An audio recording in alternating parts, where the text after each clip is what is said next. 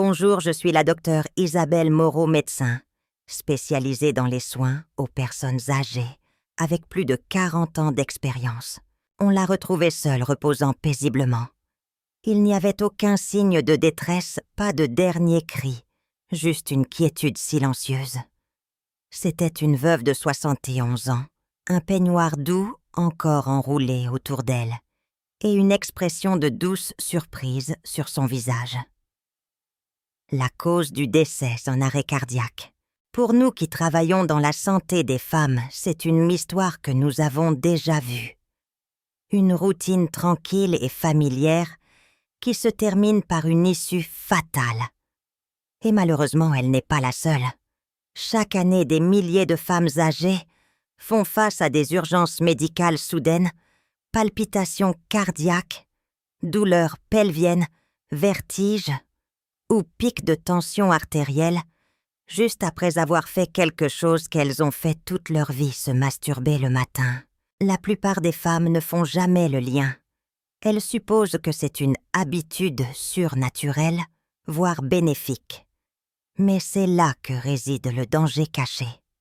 Si cela pouvait être inoffensif à 30 ou 40 ans, c'est une toute autre histoire. À 60, 70 ou 80 ans. Votre corps ne réagit tout simplement plus de la même manière. La circulation est plus lente, lente, les hormones ont changé. Et le cœur est plus fragile. L'habitude matinale tranquille, qui apportait autrefois un sentiment de soulagement, peut maintenant déclencher des dommages réels et sérieux. Je suis la docteure Isabelle Moreau, médecin, spécialisée en gériatrie, avec plus de 40 ans d'expérience à aider les femmes à surmonter les défis du vieillissement. J'ai eu les conversations que beaucoup de médecins évitent. J'ai regardé dans les yeux des femmes qui se sentent honteuses, confuses ou tout simplement fatiguées. Et j'ai vu de mes propres yeux comment un acte privé, comme la masturbation matinale, lorsqu'il est pratiqué sans précaution, peut éroder discrètement la force, la confiance et la santé d'une femme sans même qu'elle s'en rende compte. Les habitudes que nous avons formées, il y a des décennies souvent dans notre jeunesse, peuvent maintenant se retourner contre nous en silence, à mesure que nous vieillissons. Elles peuvent fatiguer le cœur, aggraver des affections pelviennes et perturber notre équilibre hormonal délicat sans que personne ne nous prévienne jamais. Aujourd'hui, je vais le faire. Dans cet article, je vais vous présenter les 5 erreurs les plus dangereuses que les femmes de plus de 60 ans commettent en se masturbant le matin. Nous examinerons que ce que chacune d'entre elles fait est à votre corps, à votre énergie et à votre espérance de vie. Vous comprendrez pourquoi une erreur courante peut réduire le flux sanguin vers votre cerveau, comment une autre affaiblit votre plancher pelvien à long terme et pourquoi un simple déclencheur matinal pourrait secrètement perturber votre harmonie hormonale semaine après semaine. Ce ne sont pas des mythes, ce sont des réalités médicales que j'ai observées à maintes reprises dans ma pratique.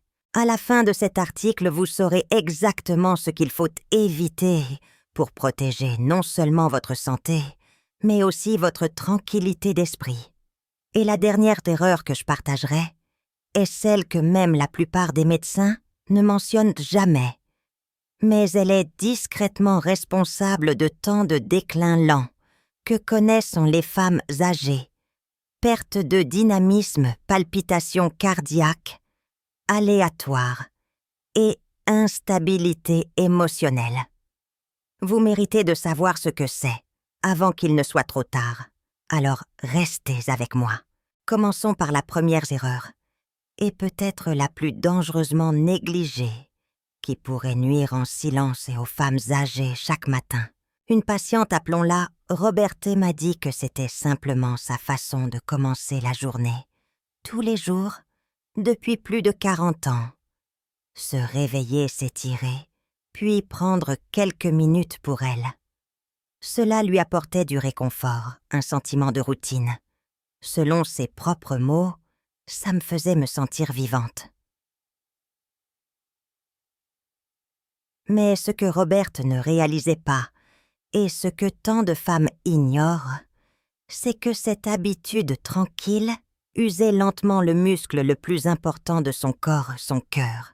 En tant que médecin, j'ai eu bien trop de conversations qui commencent par « Docteur, je pensais que je faisais tout correctement. » Malheureusement, la masturbation matinale est l'un des risques les plus mal compris pour les femmes âgées. Voici la vérité dont personne ne parle. Dès que vous ouvrez les yeux, votre corps subit une pression silencieuse. C'est ce qu'on appelle la poussée matinale. Une hausse naturelle, de la tension artérielle et du rythme cardiaque qui vous aide à passer du sommeil à l'activité. Pour une femme plus jeune, ce n'est pas un problème. Mais pour une femme plus âgée surtout, si elle souffre d'une maladie cardiaque même légère ou d'une tension artérielle élevée, c'est une fenêtre de vulnérabilité. Maintenant, ajoutez l'effort physique de la masturbation. Contractez vos muscles, retenir votre souffle. Stimulez une montée d'adrénaline et vous créez les conditions d'une tempête parfaite. Un moment privé qui peut soudainement solliciter votre système cardiovasculaire bien plus que vous ne le pensez. Je me suis assise avec des femmes qui n'avaient jamais fait le lien. Elles ne comprenaient pas pourquoi elles se sentaient ensuite prises de légers étourdissements, pourquoi leur poitrine palpitait ou pourquoi leur énergie s'effondrait en milieu de matinée. Ce n'est qu'en examinant de plus près le moment, la routine et les rythmes naturels du corps que nous avons vu le lien.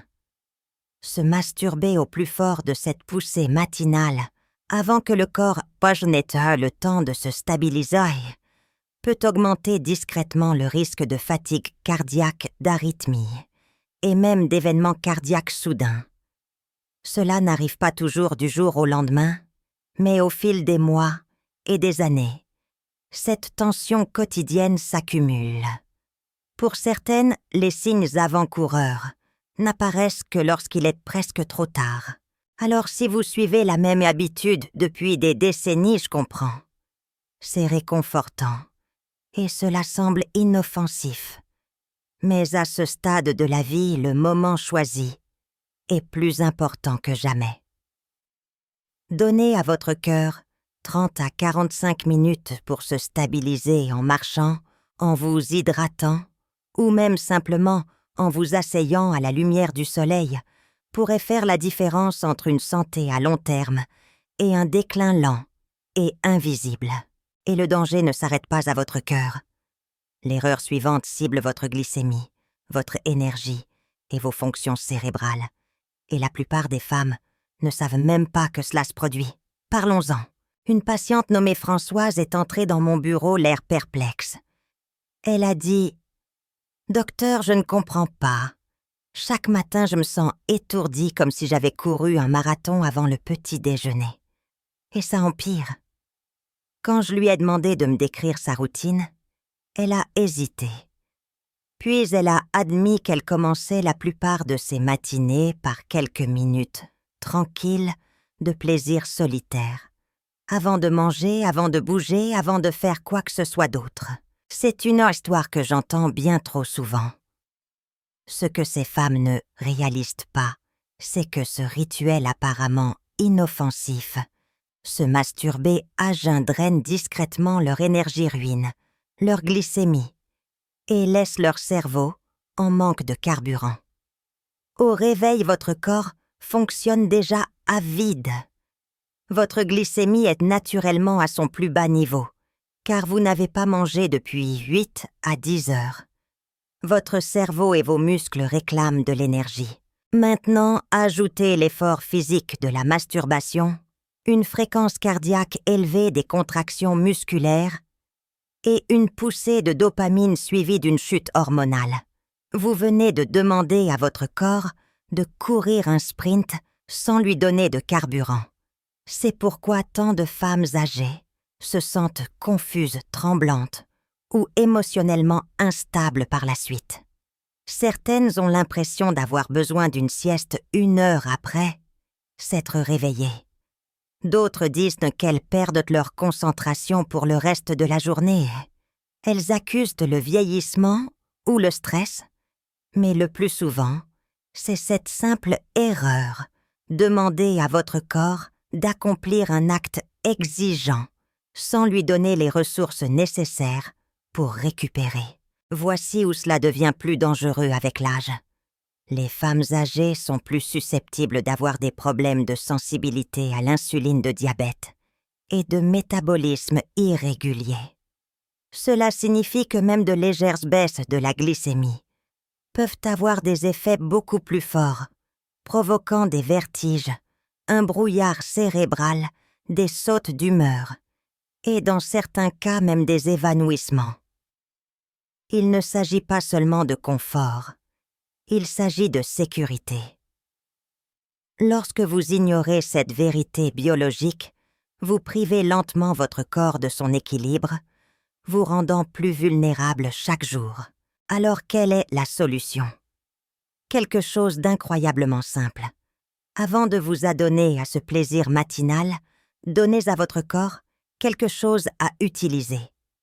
Même une petite collation protéinée, un œuf dur, une poignée d'amandes ou une demi-banane peut stabiliser votre système, protéger votre clarté mentale et prévenir cet effondrement de milieu de matinée qui vous pèse discrètement. Mais si une faible glycémie peut vous laisser épuisé, l'erreur suivante pourrait être encore plus destructrice. Elle n'affecte pas seulement votre énergie, mais aussi vos émotions, votre motivation et tout votre sentiment de bien-être. Et le pire, elle se cache souvent derrière ce qui ressemble à du réconfort. Regardons cela de plus près. Une enseignante à la retraite de 68 ans que j'appellerais Barbara m'a regardée avec une sorte d'honnêteté lasse que j'ai appris à reconnaître au fil des ans. « Je ne sais même plus pourquoi je le fais, docteur », a-t-elle dit. « Ce n'est plus une question de plaisir, c'est juste une occupation. Quelque chose qui m'aide à me sentir moins vide pendant un petit moment. » Cet aveu silencieux a été répété sous d'innombrables formes par d'autres femmes que j'ai soignées.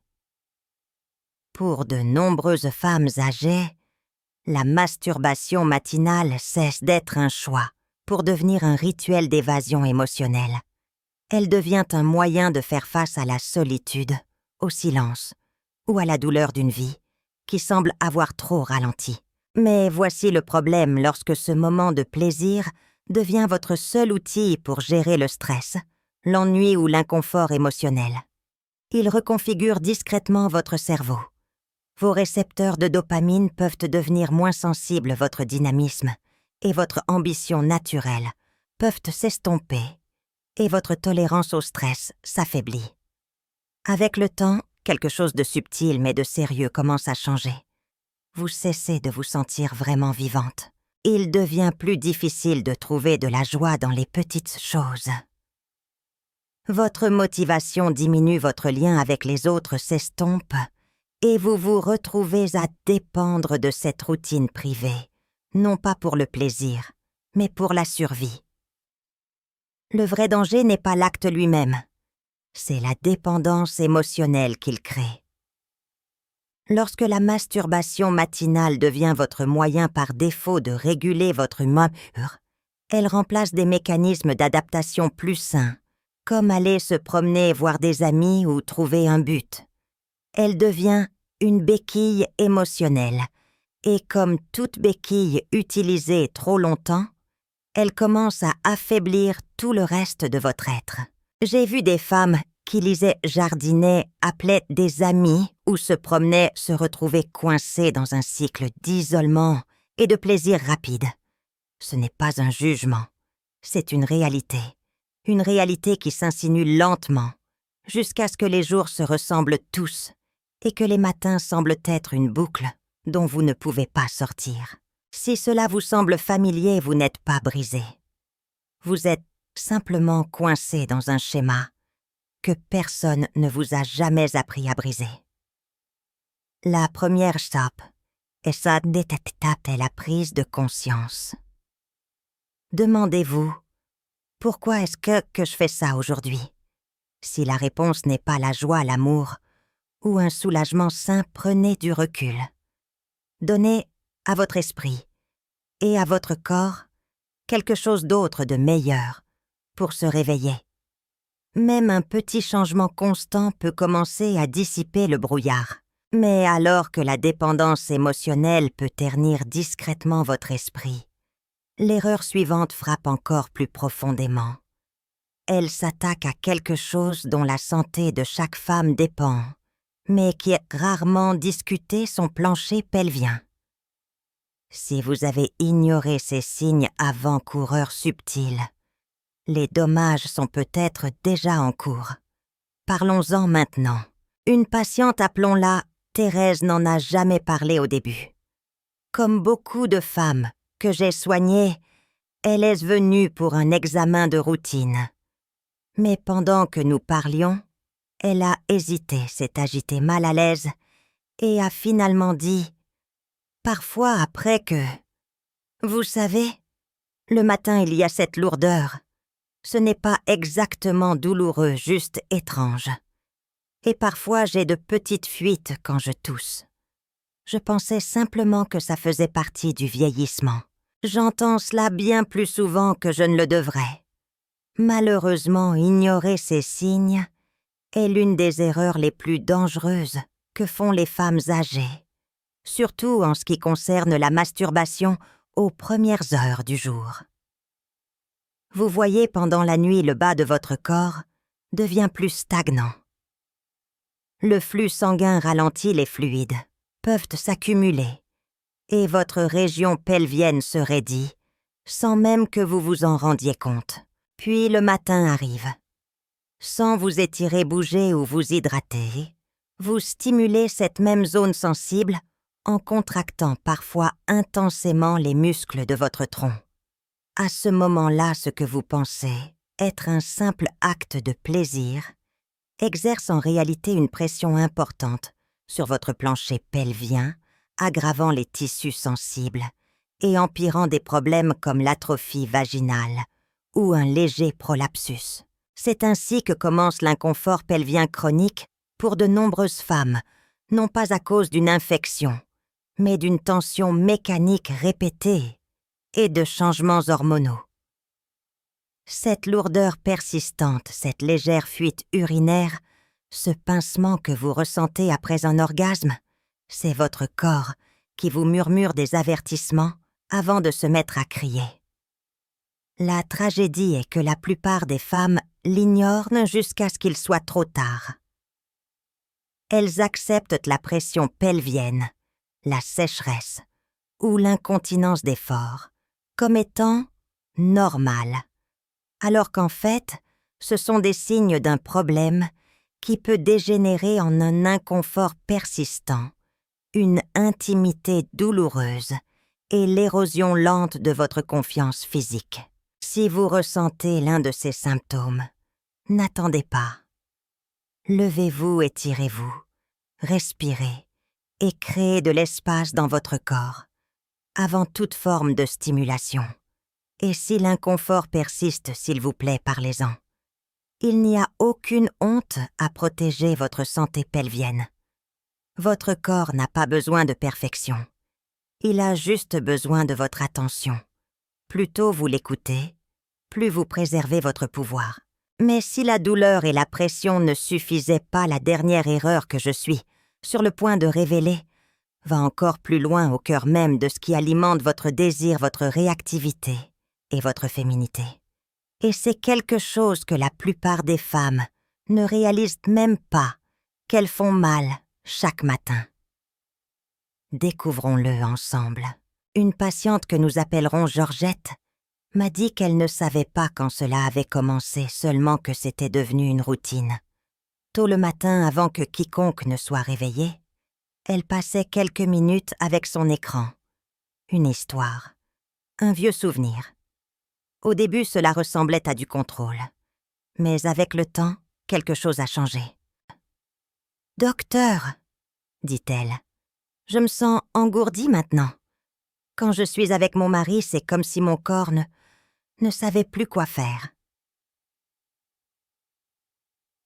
Sa voix se brise-t-en un peu, et je pouvais dire qu'il ne s'agissait pas seulement de performance.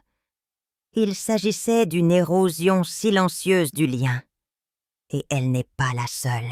Beaucoup de femmes âgées tombent dans ce schéma, sans en réaliser les conséquences. Elles sommeillent, elles se réveillent, cherchent la stimulation et se tournent vers les mêmes fantasmes ou écrits érotiques jour après jour, année après année.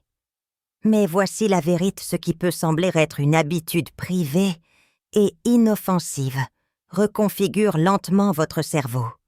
Plus votre désir est lié à un fantasme spécifique souvent artificiel, plus il devient difficile pour votre corps de répondre à une intimité réelle. Et pour les femmes de plus de 60 ans, lorsque les changements hormonaux ont déjà altéré la sensibilité physique, cette habitude devient encore plus dommageable.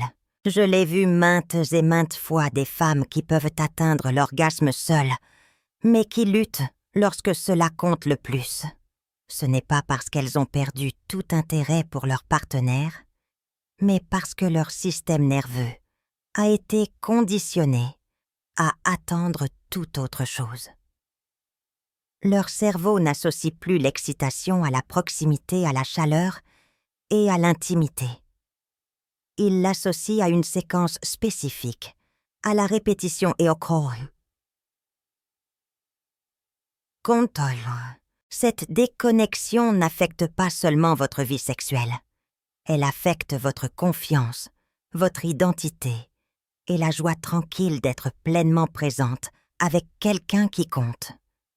Voici la partie que la plupart des femmes ne réalisent pas. Plus vous dépendez du fantasme, plus votre système d'excitation dans le monde réel peut s'atrophier. C'est un déclin lent que vous remarquez à peine, jusqu'à ce qu'il vous ait déjà pris quelque chose de précieux. Mais vous pouvez le récupérer. Vous n'avez pas besoin d'arrêter brusquement. Commencez simplement par vous reconnecter. Respirez, touchez, ressentez, et soyez présente dans votre propre corps, à nouveau sans vous évader, à travers un écran ou une histoire. Votre sensibilité est toujours là. Elle a juste besoin d'une chance de revenir. Car lorsque vos matins deviennent plus une question d'évasion que de connexion, toute votre journée commence sur une base de distance. Et cette distance, si elle n'est pas contrôlée, devient un mode de vie. Maintenant que vous connaissez ces 5 erreurs cachées, vous avez déjà une longueur d'avance sur la plupart des femmes. Restez avec moi pour une dernière pensée. C'est peut-être la vérité la plus importante toute. Quand je repense aux centaines, non aux milliers de conversations que j'ai eues avec des femmes de plus de 60 ans, je vois un schéma qui me brise le cœur. Tant d'entre elles portent des questions et des doutes silencieux qu'elles ne posent jamais à voix haute. C'est là dans leur hésitation, dans la façon dont elles détournent le regard lorsqu'un sujet devient personnel. Elles ont vécu des vies pleines, élevé des familles, bâti des carrières et enduré des batailles que la plupart des gens ne verront jamais. Et pourtant, lorsqu'il s'agit de quelque chose d'aussi privé que la masturbation, elles se sentent plus seules que jamais. Personne ne leur a dit comment leur corps changerait. Personne ne les a prévenus que ce qui apportait autrefois du soulagement pouvait maintenant comporter des risques. Et personne ne leur a jamais donné la permission d'en parler sans ressentir de honte. Voici ce que je veux que vous sachiez. Le corps que vous avez maintenant n'est pas cassé. Il est simplement différent. Il a besoin de plus de soins, de plus d'attention et d'un meilleur timing. Si personne ne vous l'a dit jusqu'à présent, ce n'est pas de votre faute. C'est le silence qui vous a fait défaut, pas vos choix. Mais aujourd'hui ce silence prend fin, la vérité est que ces 5 erreurs matinales, le moment, la glycémie, la dépendance émotionnelle, l'ignorance des symptômes et l'abus de fantasmes ne relèvent pas de la morale ou de la culpabilité. Elles relèvent de la biologie. Il s'agit de protéger votre cœur, votre cerveau, votre santé pelvienne et votre connexion au monde qui vous entoure. Vous méritez plus que des habitudes rapides et des regrets silencieux. Vous méritez des matins remplis de clarté de force et d'un sentiment de maîtrise de votre corps, et non de confusion ou de fatigue. Et la bonne nouvelle, c'est qu'il n'est jamais trop tard pour changer. Avec quelques ajustements conscients, vous pouvez continuer à profiter de cette partie de votre vie en toute sécurité, avec confiance et avec le respect de soi, qui ne vient que d'une véritable compréhension des besoins de votre corps. Une précieuse leçon de vie que j'ai apprise est que la véritable force ne consiste pas à ne jamais changer, mais à avoir la sagesse de s'adapter à mesure que la vie nous change. Votre corps vous a accompagné contre vent. C'est marré. L'écouter maintenant n'est pas un signe de faiblesse. C'est le signe ultime de respect pour la vie que vous avez vécue et les années qu'il vous reste à vivre. Si une partie de ce message a résonné en vous aujourd'hui, si vous vous êtes reconnu dans ne serait-ce qu'un de ces schémas, je vous invite à partager vos réflexions dans les commentaires ci-dessous. Vous n'êtes pas seul dans cette situation. Abonnez-vous pour plus de conseils directs sur la santé des femmes. Et s'il vous plaît, partagez cet article avec vos sœurs, vos amis et toute femme de votre vie qui vous est chère. Vous ne savez jamais qui pourrait avoir besoin d'entendre cela.